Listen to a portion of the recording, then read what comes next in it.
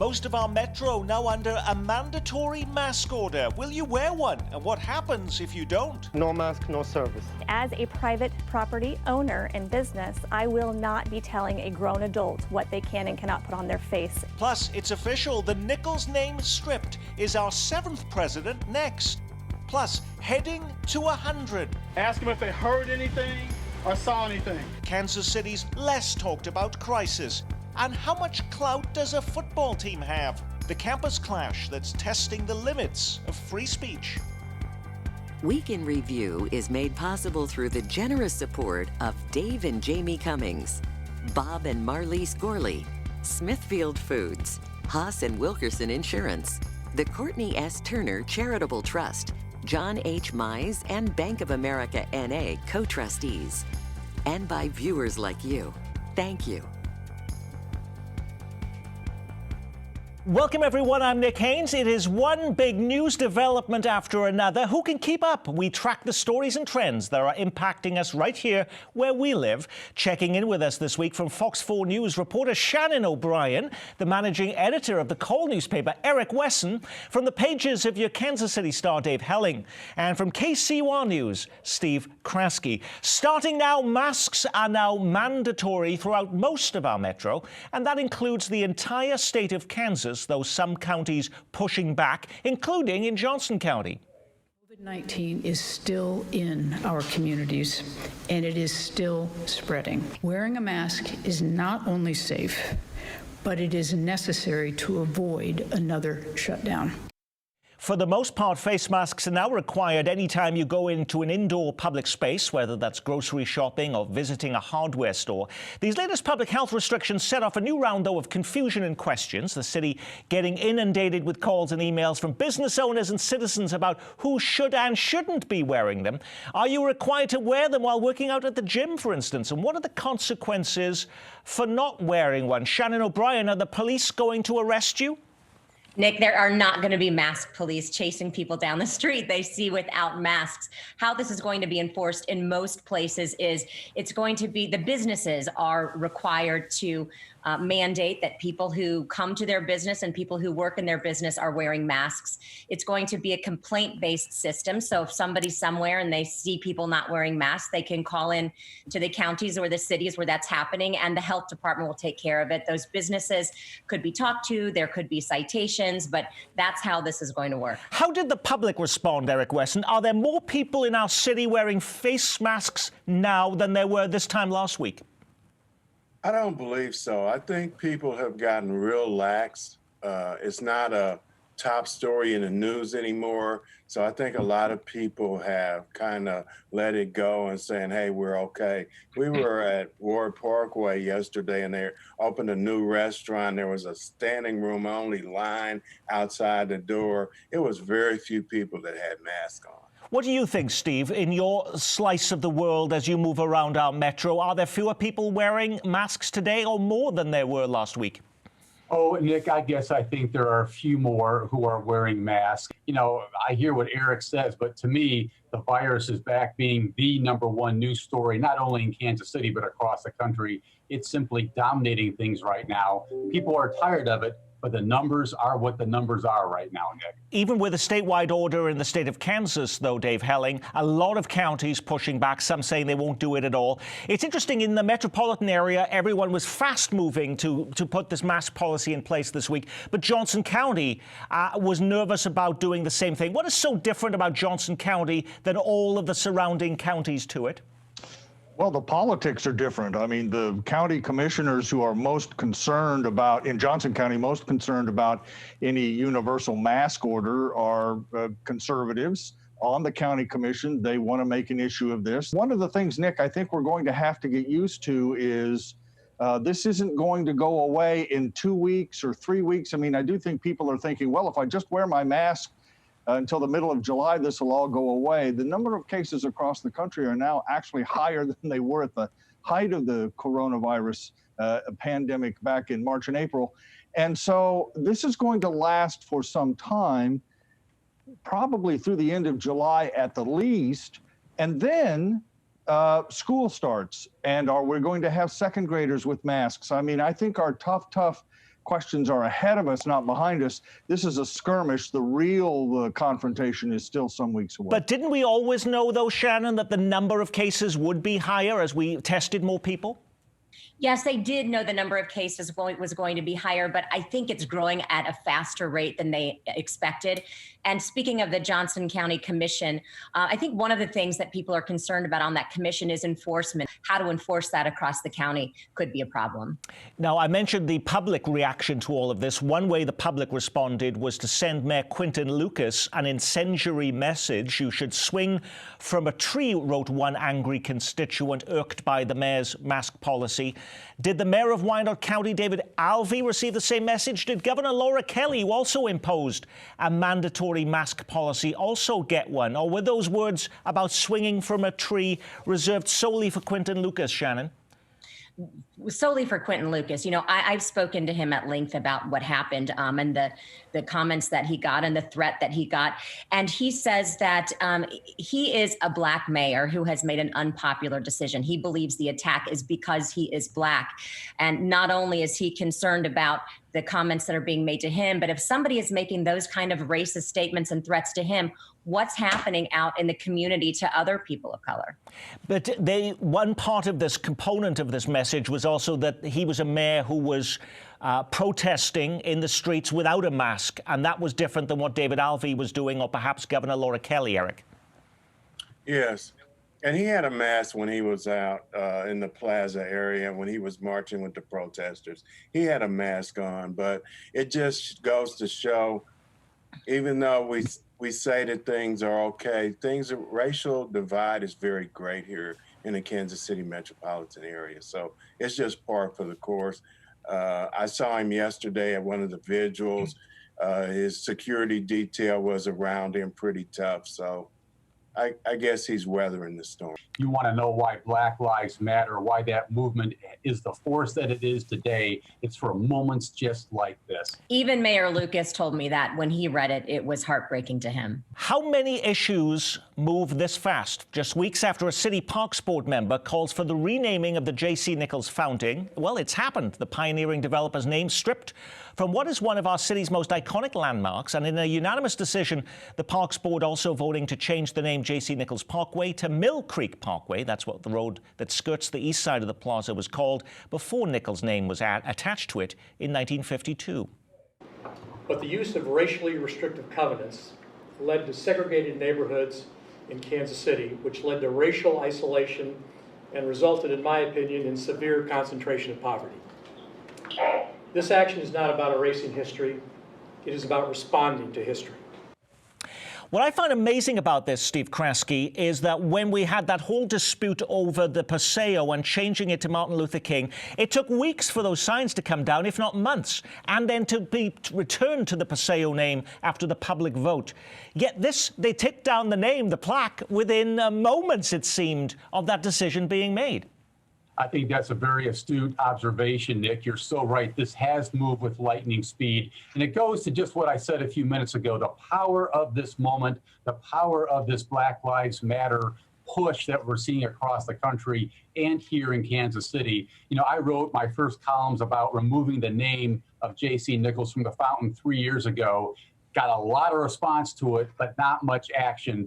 This moment, though, changed the politics of it very, very quickly. So the J.C. Nichols Parkway gets a new name, Eric Wesson, but I never saw anything in this conversation about the renaming of the J.C. Nichols Fountain. It's just the fountain right now?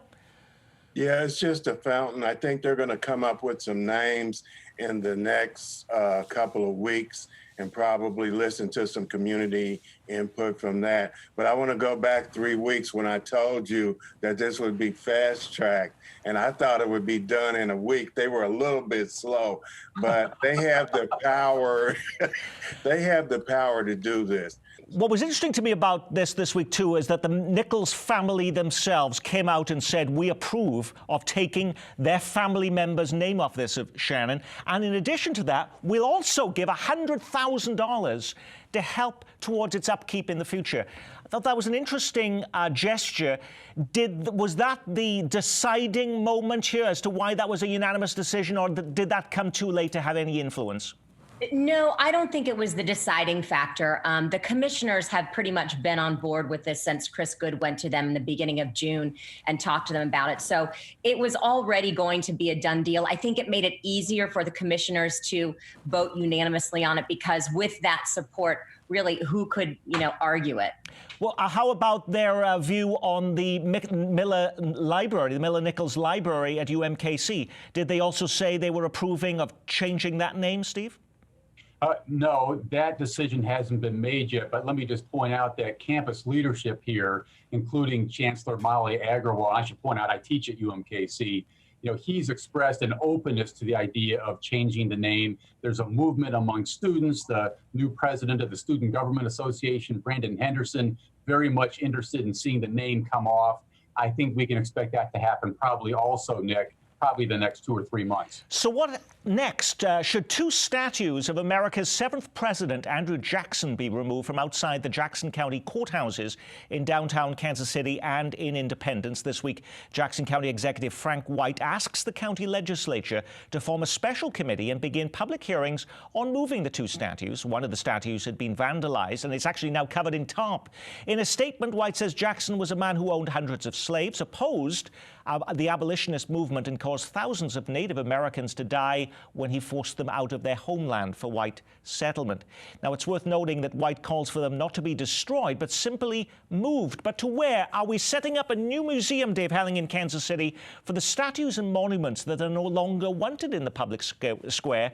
Or would they be locked away in some warehouse or underground storage facility? That remains undecided. My guess is they'll find a place to put them somewhere if they do indeed come down. As you know, there was some discussion of putting this up for a county-wide vote, which I just personally think would be a bad idea. The last thing you want to do is have this kind of argument become politicized in that manner.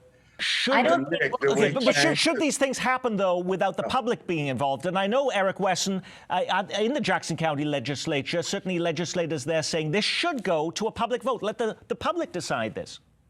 And that's one of the legislatures had introduced that. And I agree with Dave. If you do that, then you prolong this argument. People get on edge about it. But now do we go back and we say, well, let's change the name of the county because the county's named after him. So do we expand the conversation to say, let's name this Martin Luther King Jr. County, or do we figure out a name to change the name of the county? So this is going to be going on for a while. Is there any active campaigns, though, Steve, to look at any other statue or monument in Kansas City? Everybody has their own ideas, of course, but is there a larger campaign going on? I'm not hearing that, Nick. I do think there's going to be a conversation about the naming of Jackson County. I think a week ago on your show, I thought that might be a bridge too far. I'm not so sure it is anymore, particularly if the alternative is to name us Truman County. That would go over pretty well. I'm also struck by the fact, very simply, that taking the name of Nichols off the fountain, that's the easy call. The harder call is going to be, now what do you name it? That conversation is going to endure for months. One of the extraordinary things about all of this for me has been the limited lack of at least public pushback to a lot of these changes. And we had all of those public hearings, and yes, there were a few voices, but by and large, it was almost unilaterally, we want to see these monuments changed, these statues to be changed. What would cause people to say, do you think, that this is too far, this needs to stop, it crosses the line? Shannon?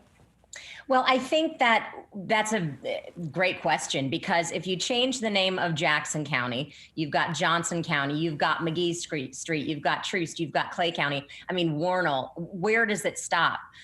So I think that this is going to perhaps snowball and lead to other conversations about other places in Kansas City. But I think that this is going to move very slow. I agree with Dave. What do you think about that, Eric? Where is it that we say that enough is enough, that's too far? I think once the racial tension kind of dies down a little bit, I think right now racism and racial issues are on edge. So right now, you have a movement to where you have these things change. So I think once that kind of dies down a little bit, then it might move on to something else. But I think right now, you could probably change the name of anything. Probably change the name of the flag of the United States, because people don't want to seem like they're not being racially sensitive. So Agreed. no telling where it's going to go to. While COVID-19 and the protest movement dominate the headlines, another crisis is escalating in our city, and this young boy is one of the latest visible reminders of its devastating impact. This is 4-year-old Legend Taliaferro, who was shot in the face and killed while he slept in an apartment off 63rd and the Paseo. The police department lists him as the 92nd homicide in Kansas City this year. Even during the gangs, even during the street selling the drugs, the rule has always been kids are off limits, and that rule is being broken. His death has not stopped the violence. There have been more deaths, and they are continuing this week. We're now inching towards 100 deaths and a 40% increase on this time last year. Has anyone, though, offered up a satisfactory explanation as to why murders are rising when we are told that the pandemic may shrink the homicide rate when there are fewer people gathering in public spaces, Steve? No, we don't have any idea. I ask that question on Up to Date all the time, Nick. Why are the numbers up? We have no idea. And that begins to speak to the difficulty in lowering the numbers, because we have no idea what's causing this. I think that remains a really big issue here. You know, I want to point out, we're going to top 100 homicides here in a few days. Mayor Lucas wanted to keep the total number of homicides for the entire year at below 100. We might be at 200 by the time this year comes to an end.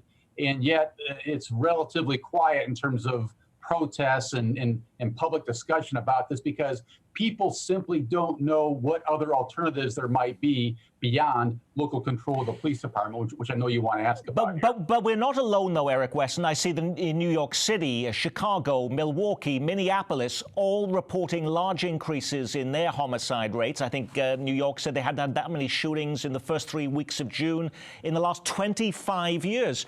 So is what's happening here the same as what's happening across the country, or are there unique things occurring in Kansas City that we really should be paying attention to that are different? Well, I think mental health issues are taking place all across the country. I don't think Kansas City is isolated. People's inability to resolve conflict is a major issue in the Black community. And when you look at the main issues being discussed here when it comes to the police, Dave Howling, it's about we need to put on the ballot local control of the police. We don't want a state board running us anymore. What does that in any way do to alleviate what is a shocking homicide rate in this community? Yeah, but it's not the complete answer, Nick. It may not be even a partial answer, but it does address this problem. There is an enormous disconnect between the African-American Black community and the police department in terms of helping them and prosecutors find the people who are committing these killings and bringing them to justice. That disconnect is a big part of what's going on in Kansas City. The clearance rate is around 50%, give or take. That means you have an even chance, if you kill someone, of getting away with it in Kansas City. Why having a local board decide that would make any difference to them? Because the argument is that the people would then have a stake in how the department is governed. Now, it's not the answer, but it's part of addressing it, I think. Shannon, have you heard any other fixes that are being suggested that we haven't tried before for looking at what we're seeing in terms of a 40% increase on homicides this year? Quite frankly, I think everyone is befuddled about this. I mean, the police department has switched from going after kind of gangs of people, what they did under the Nova Project, to targeting people who are the most violent in Kansas City. So they're trying that. I think people in the Black community who are trying to fix this don't know what to do anymore, because there are, marches and all sorts of things. So it really does come down to the problems that are going on there. And I think that the COVID-19 crisis doesn't help. I think the unrest doesn't help. There's a lot of anger. There's a lot of confusion. There's a lot of mistrust. And until we can figure out how to solve that, people are going to act out like this. And I agree with Eric. We could hit 170 or 200 this year. And it's really a problem here in Kansas City. And I don't know if local control of the police department will help, because what will that look like? Will the city council put a board together? Will the mayor be the head of the police department, essentially, as the boss of the chief? What's that going to look like?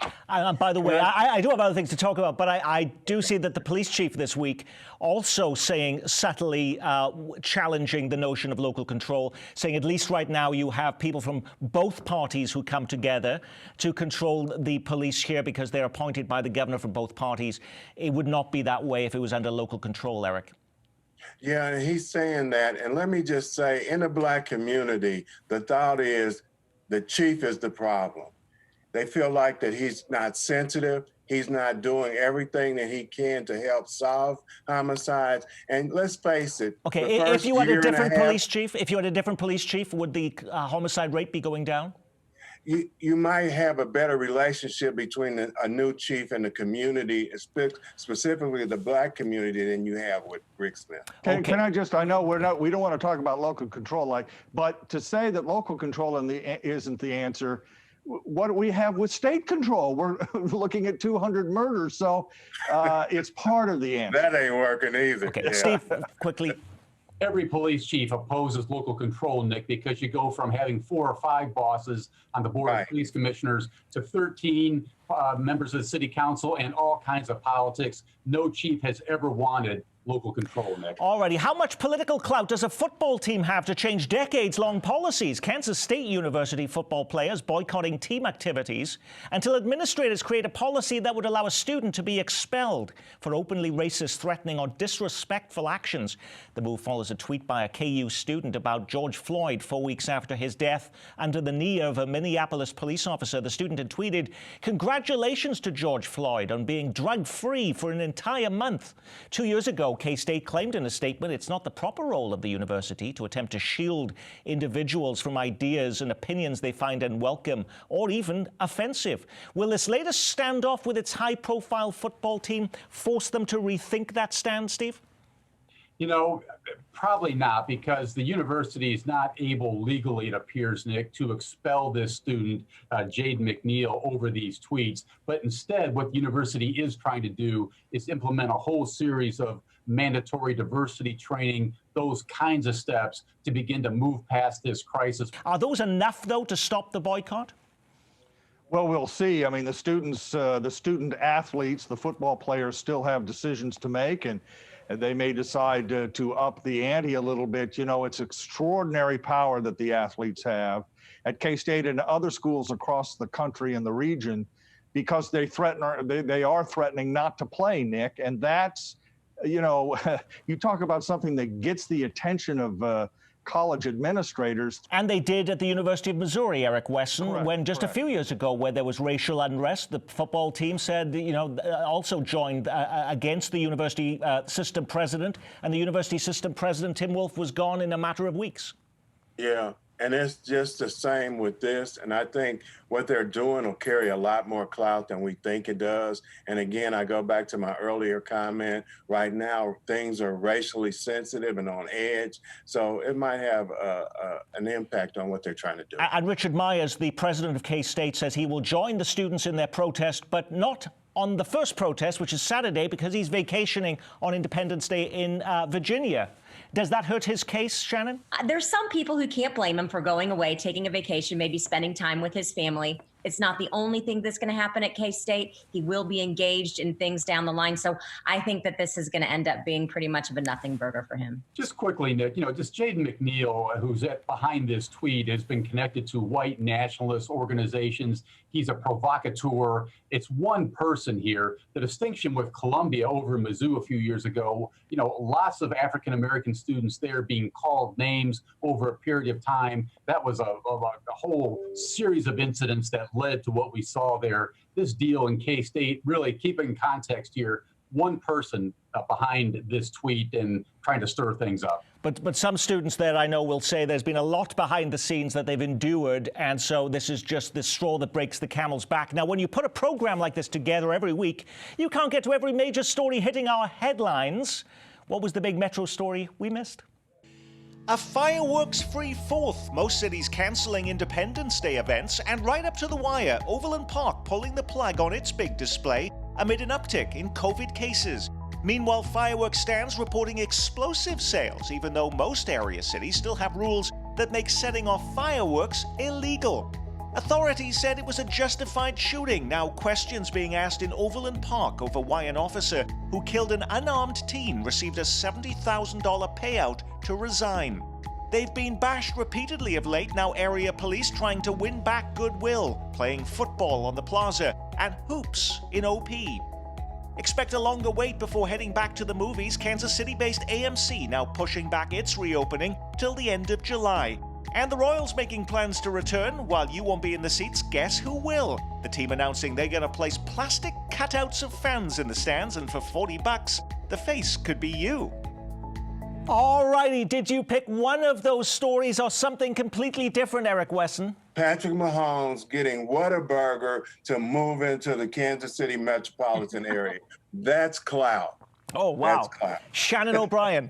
The fireworks story is going to be a big story because with more people buying fireworks and doing them themselves, we always see injuries. I think that emergency rooms are going to be busy on the 4th of July. Dave Helling. I think that July, Nick, will be the month of schools, colleges, universities, K through 12, all deciding how they're going to react to this pandemic. Will everyone have to wear masks? Will teachers be allowed not to teach if they don't want to? Those questions remain somewhat unanswered. And the first day of classes is fast approaching, 6-7 weeks away. That's going to be a huge story this month. Steve Kraske. I picked the spike in the pandemic, Nick. It's a reality that none of us want to face, but it's right there with us. We've got to confront it. We've got to deal with this in a constructive way going forward, or it's only going to get worse. And with that, we will say the week has been reviewed. Shannon O'Brien of Fox 4 News, thanks for checking in with us, along with the Cole's Eric Wesson, the Star's Dave Helling, and keeping you up to date weekdays at 9 on KCUR-FM, Steve Kraske. I'm Nick Haynes. From all of us here at KCPT, have a great independence from the British Day, and don't forget to keep calm and carry on.